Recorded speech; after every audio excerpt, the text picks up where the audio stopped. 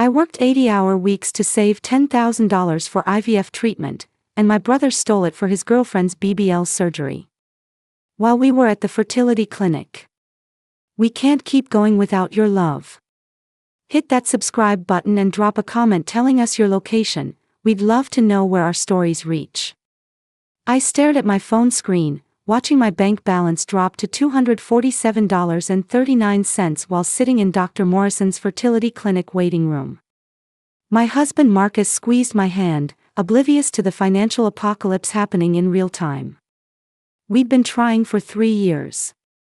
3 years of negative tests, pitying looks, and whispered conversations at family gatherings.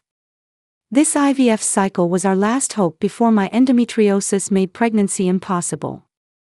Shanice Williams, the nurse called. I couldn't move.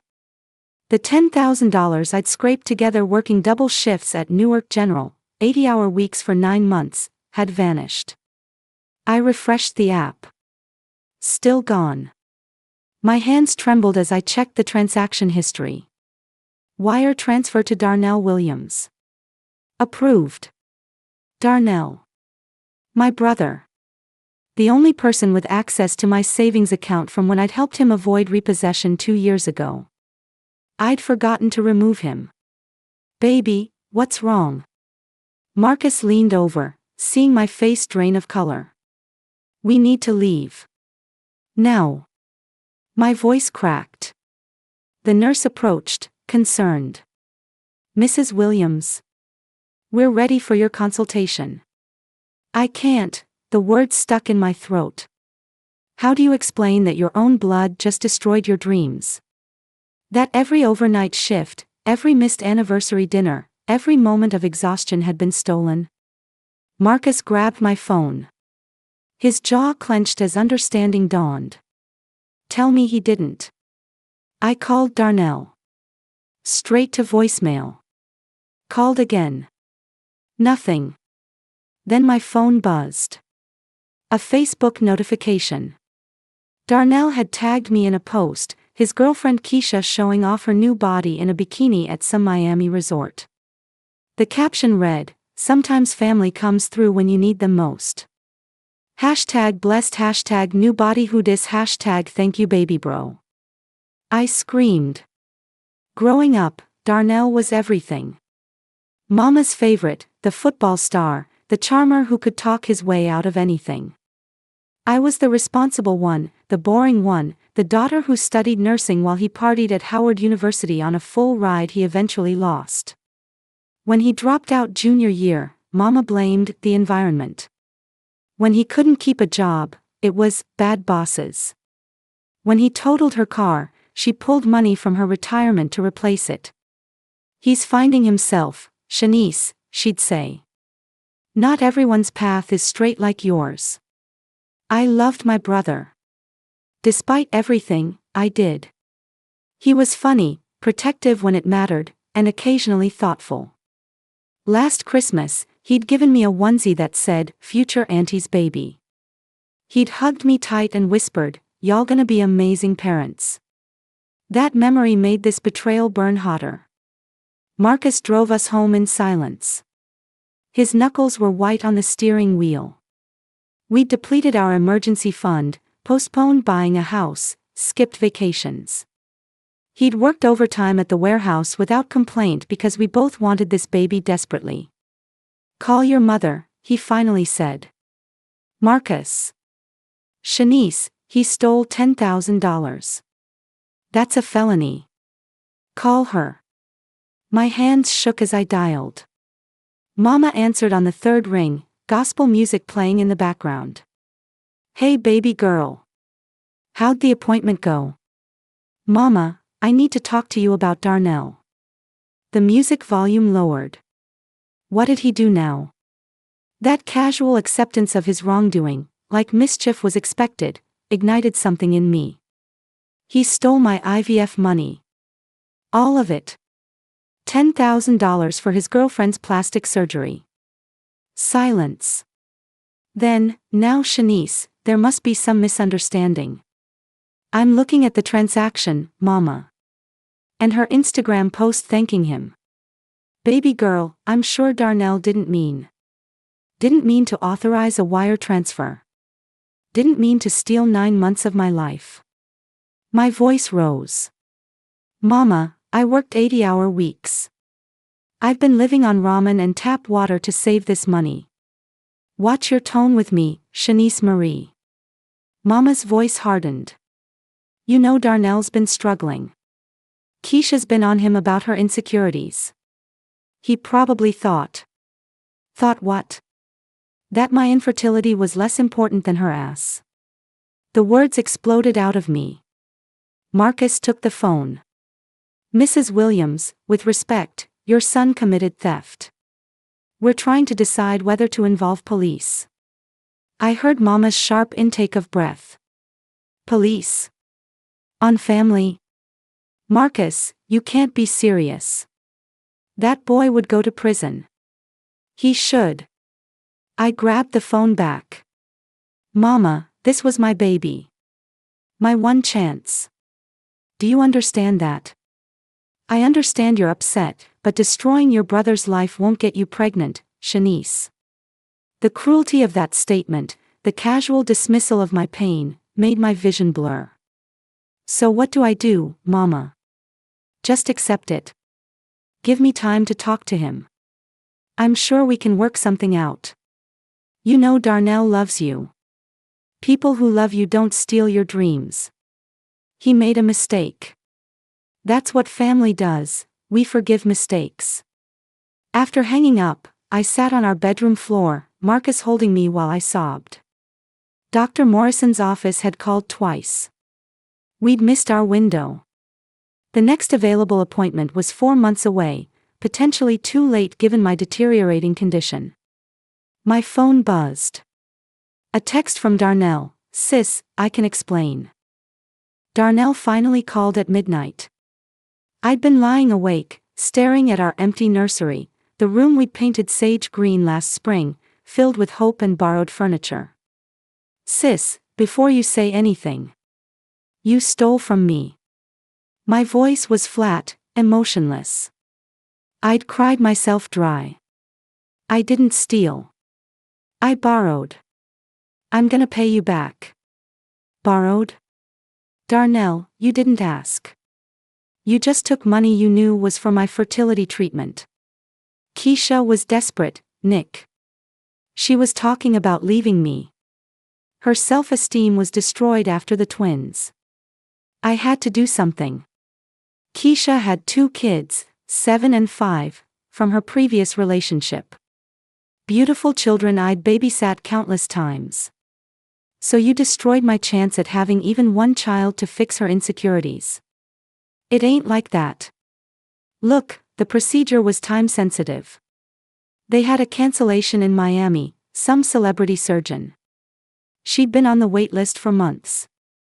I knew you'd understand eventually. Understand? Darnell, I'm 34. I have stage 3 endometriosis. My doctor said this cycle was critical. Every month I wait decreases my chances. You can do IVF anytime. Keisha's opportunity was now. The audacity. The sheer narcissistic audacity made me laugh, a bitter, broken sound. How exactly are you paying me back? You're unemployed. I got prospects.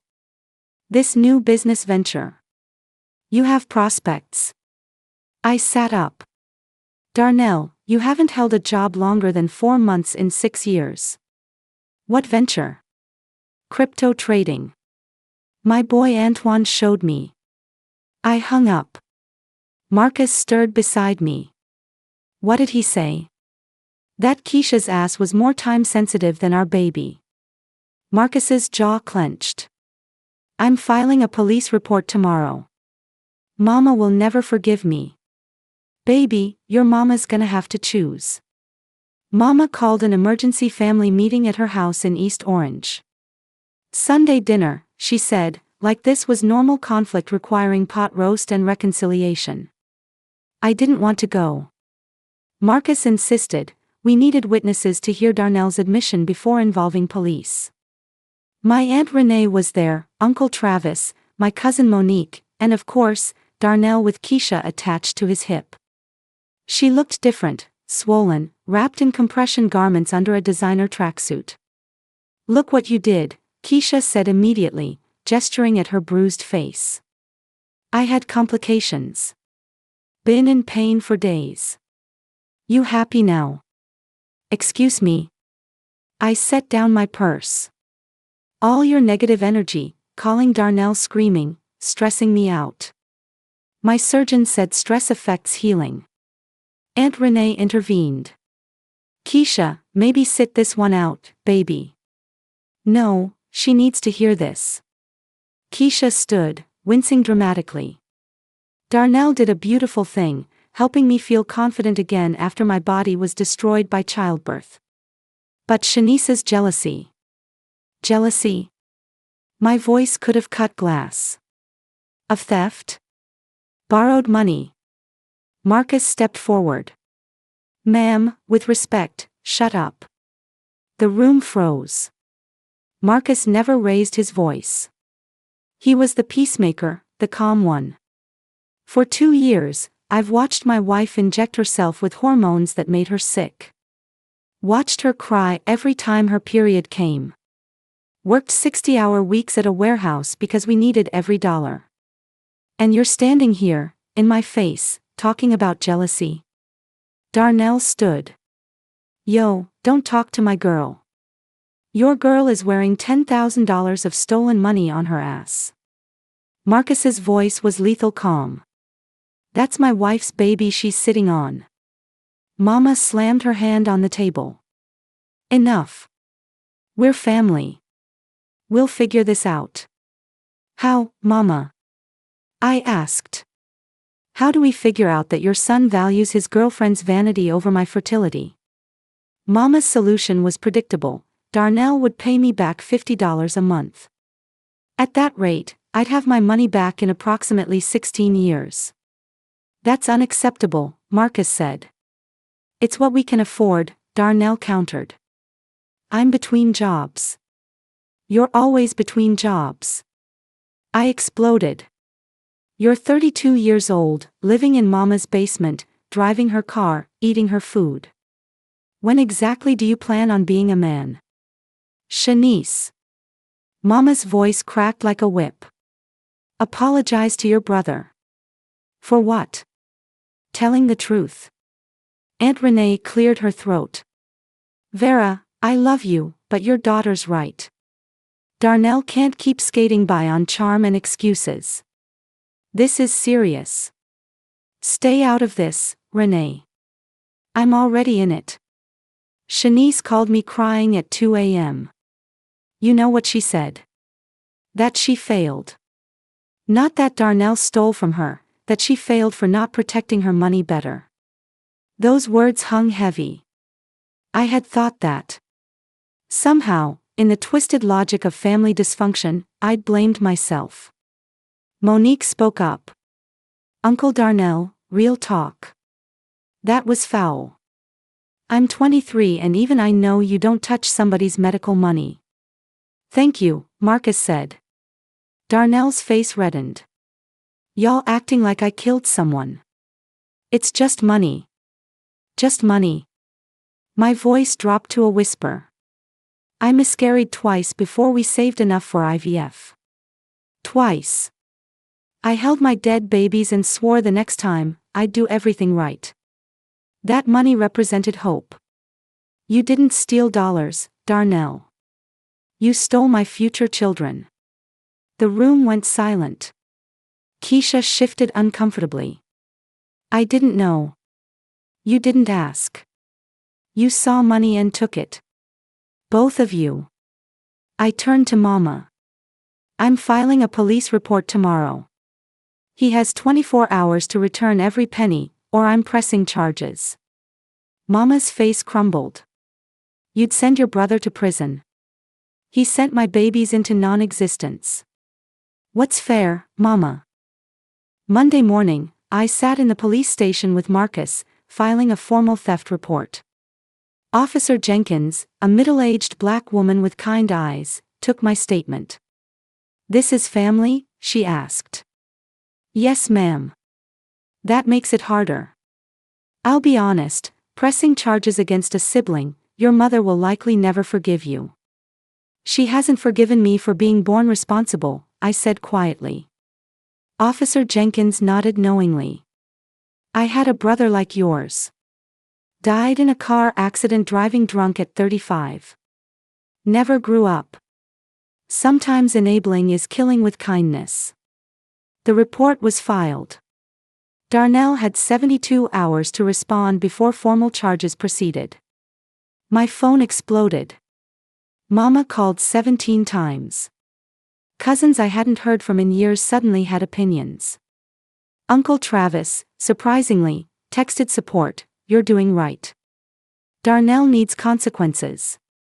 But the family had largely chosen sides, and I was losing. My cousin Brianna posted on Facebook, "Some people value money over family." Sad to see. The comments filled with relatives agreeing, none knowing the full story. I wanted to respond, to defend myself, but Marcus stopped me. "Let them think what they want. You know the truth." Work became my refuge. I picked up extra shifts, partly for distraction, partly to start rebuilding our savings. The nurses knew something was wrong but didn't pry. Only my supervisor, Patricia, cornered me during break. "Shanice, you can't keep working like this. You're exhausted." "I have to. We lost everything." She studied me carefully. "The IVF fund?" I nodded, tears forming. Patricia hugged me tight. "Listen to me. My sister went through something similar. Family betrayal over money.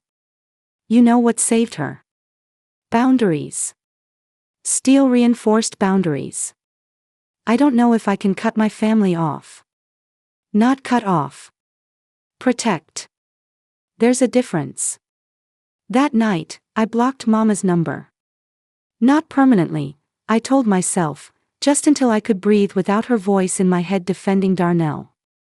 Wednesday afternoon, 2 detectives visited Darnell at Mama's house. I wasn't there, but Monique called me immediately after. "Girl, it was chaos. Your mama was crying, Darnell was yelling about family loyalty, and Keisha tried to run out the back door."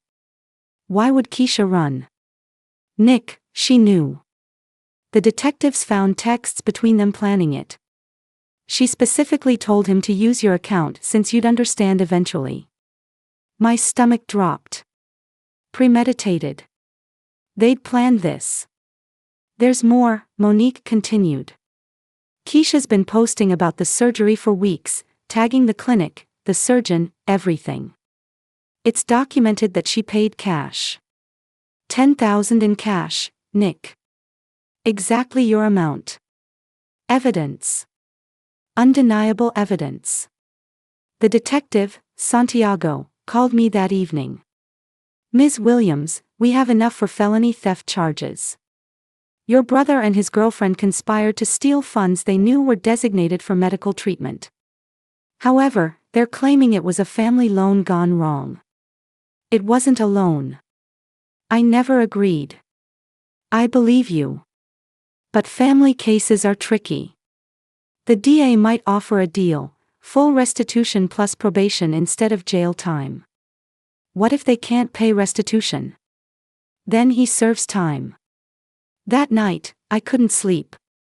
Images of Darnell in prison haunted me. Despite everything, he was still my brother. The boy who'd walked me to school, who'd punched Jeremy Crawford for pulling my hair in 6th grade, who'd cried with me when Daddy died. But he was also the man who'd stolen my baby's chance at life. Marcus found me in the nursery at 3 a.m. "Baby, come to bed. I'm destroying my family." "Your family destroyed itself. You're just refusing to clean up their mess anymore." "What if I'm being too harsh?" Marcus knelt beside me. "Shanice, if our child exists someday and someone stole from them, what would you want them to do?" "Fight back. Then show them how. Darnell called from a restricted number Friday morning. I almost didn't answer. Nick, please. I'm begging you. Drop the charges. Give me my money back. I can't. It's gone. The surgery, the hotel, the flights, it's all spent. Then sell something. Keisha's car. Her jewelry. Figure it out. You really want me to go to prison? His voice cracked. Nick, I'm your brother. And I'm your sister. Did that matter when you stole from me? I wasn't thinking clearly. Keisha was threatening to leave, take the kids. I panicked. You panicked for months. Because Monique told me about the texts. You planned this, Darnell. You and Keisha sat down and decided my infertility was your opportunity. Silence. That's what hurts most, I continued, my voice breaking. Not the money, the calculation. You looked at my pain and saw a resource to exploit. I never thought of it like that. I swear, Nick. I always assumed you'd figure it out. You always do. You're strong. You always land on your feet. I'm strong because I had to be. Because nobody protected me. Because I was the responsible one while you got coddled and excused. The words poured out, years of resentment finally unleashed. Do you know what it's like being the good child? The one who gets praised for having her life together but ignored when she's falling apart. Nick. I had a miscarriage last year at work. 11 weeks. I locked myself in the supply closet and bled through my scrubs, then finished my shift because we needed the money. You know who I called? Marcus. Not Mama. Because I knew she'd somehow make it about you, about your feelings, about not stressing you out with my problems. I didn't know. Because nobody asked. I'm supposed to be fine, right? Mama finally called from Aunt Renee's phone. I hadn't blocked her yet. Shanice, we need to talk. I've been going through Darnell's things. My heart pounded. What did you find? Receipts. Bank statements. Baby girl, this wasn't his first time. What? Mama's voice trembled. Last year, when I couldn't figure out why my retirement account was lower than expected. Found a withdrawal authorization with Darnell's signature. He'd forged my name, took $8,000 for some business investment that never materialized. I sat down hard. Mama. There's more. Your cousin Jerome's tuition money that mysteriously disappeared from his college fund 3 years ago. Darnell had access as the backup trustee. It's gone. Why are you just now telling me this? Because I didn't want to believe it. I've been making excuses, covering for him, hoping he'd grow up. She started crying. Shanice, I failed you. I protected him when I should have protected you. This wasn't the conversation I'd expected. Mama, I don't understand. Why the sudden change? Your Aunt Renee asked me something yesterday. She said, Vera, if Shanice had stolen from Darnell, would you be this forgiving? And baby girl, I had to sit with that. The answer was no. I would have dragged you by your edges and demanded you make it right immediately. The admission hung between us. I let you down, Mama continued. I taught Darnell that his actions don't have consequences. I taught you that your pain doesn't matter as much as his comfort. I'm so sorry. I couldn't speak. Tears streamed down my face. Don't drop the charges, Mama said firmly. He needs to face this. I'll testify if necessary. Mama, you testify against him. Baby, I'd testify for you. There's a difference. The DA offered Darnell a deal: plead guilty to felony theft, pay full restitution within 6 months, complete 200 community service hours, and receive 2 years probation. Otherwise, he faced 3 to 5 years in prison. His lawyer called me directly. Ms. Williams, my client cannot pay $10,000 in 6 months. He's unemployed with no assets. That's not my problem. If he goes to prison, you'll never see that money. With probation, he can work, repay you. He's had 32 years to learn responsibility. Why should I believe the next 6 months will be different? Because this is real now. Legal consequences. His girlfriend's already cut ties. Keisha wants no part of potential jail time. That surprised me. She left him. Took her kids and moved back with her mother. Blamed everything on your brother. Karma, I thought, but took no joy in it. Marcus had a different perspective. If he goes to prison, Shanice, you still lose. He can't pay you back from a cell, and your family will blame you forever. They already blame me. Some do. But your mama's changing. Travis supports you. Renee's on your side. Don't let Darnell's bad choices make you compromise your character. I met with the DA, a sharp woman named Anderson. Ms. Williams, what do you want from this situation? Punishment or restitution? I want my money. But I also want him to understand what he took wasn't just cash. Then let's structure the deal differently. He pays $2,000 within 30 days, he can sell possessions, Keisha can contribute since she benefited. Then monthly payments of $400 for 20 months. Miss one payment, he serves the full sentence. Additionally, he writes you a letter acknowledging the harm caused.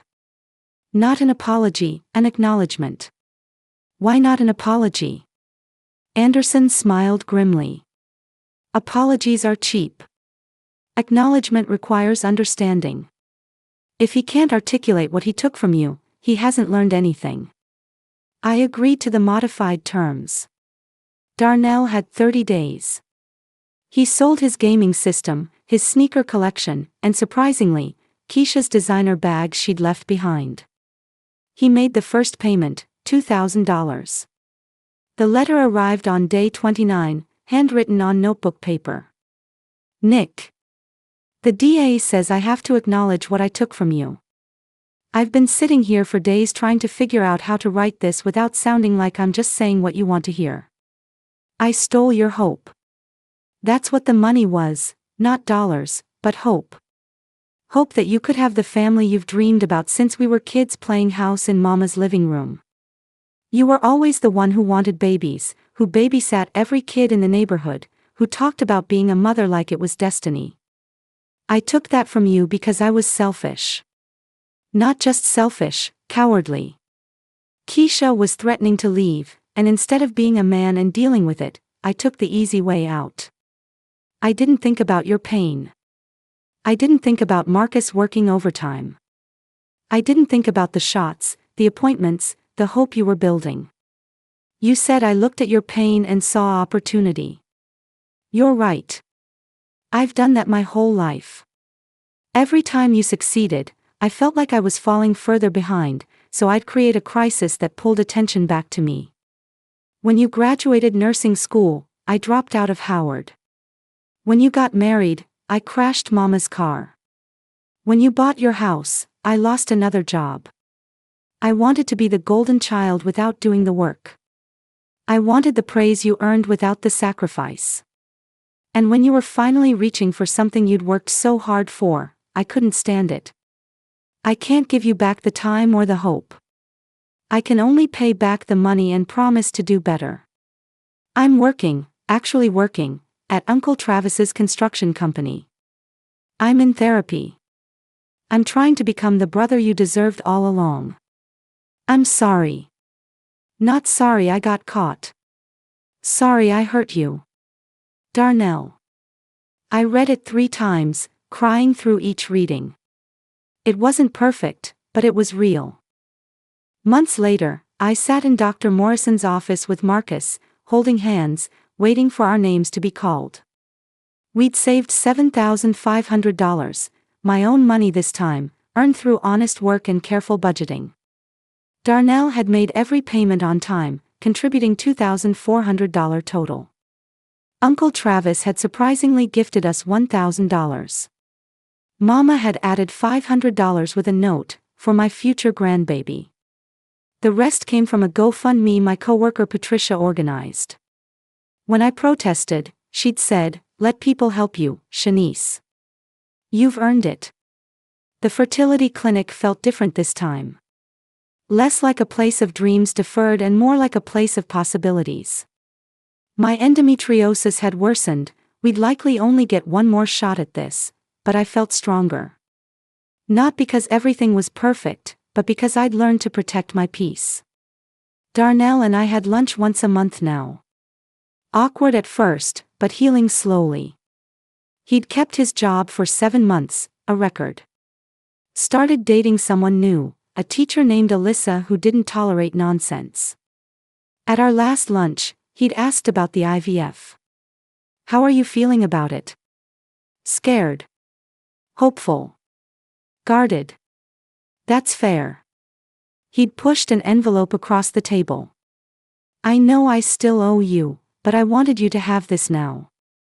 Inside was a check for $500 and a tiny onesie that read, "My uncle's still learning, but he loves me already." I'd cried right there in the Panera Bread. "Mrs. Williams." The nurse smiled warmly. "We're ready for you." Marcus squeezed my hand. "You ready?" I thought about everything, the betrayal, the pain, the legal battles, the family rifts slowly mending. I thought about the woman I'd been 6 months ago, broken and powerless, and the woman I was now, scarred but standing. "Yeah," I said, "standing. I'm ready." As we walked toward the consultation room, my phone buzzed. A text from Mama, "Praying for y'all, baby girl. You're going to be an amazing mother." And for the first time in a long time, I believed it. Whatever happened next, pregnancy or not, success or heartbreak, I knew I'd survive it. Because I'd learned the hardest lesson: sometimes protecting your dreams means disappointing the people you love. Sometimes being strong means letting others face their consequences. Sometimes family means choosing yourself first. I'd worked 80-hour weeks to save for this moment. My brother had stolen it once. But he couldn't steal my resilience. He couldn't steal my marriage. He couldn't steal my worth. Those belonged to me alone. And that, finally, was enough.